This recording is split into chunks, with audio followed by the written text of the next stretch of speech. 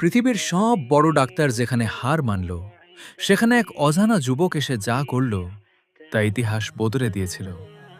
বুখারার বাদশাহ নূহ বিন মনসুর মৃত্যুর সাথে লড়ছেন।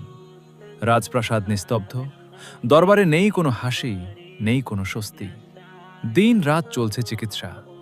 রাত চিকিৎসকরা চেষ্টা করেছেন, ডাকা হয়েছে দূর দূরান্তের নাম করা ডাক্তারদেরও, কিন্তু ফল শূন্য। দিন যত যাচ্ছে বাদশাহ ততই দুর্বল হয়ে পড়ছেন। চোখের আলো ম্লান, কণ্ঠস্বর ক্ষীণ। চিকিৎসকরা অবশেষে বলেই দিলেন, আমরা আর কিছু করতে পারছি না। এই খবর ছড়িয়ে পড়ল সারা দেশে। মানুষ কেঁদে উঠল। তারা বলতে লাগলো, আমাদের বাদশাহ তো সবার জন্য ছিলেন, গরিবের পাশে, অসহায়ের পাশে। এমন শাসক কি আবার পাওয়া যাবে?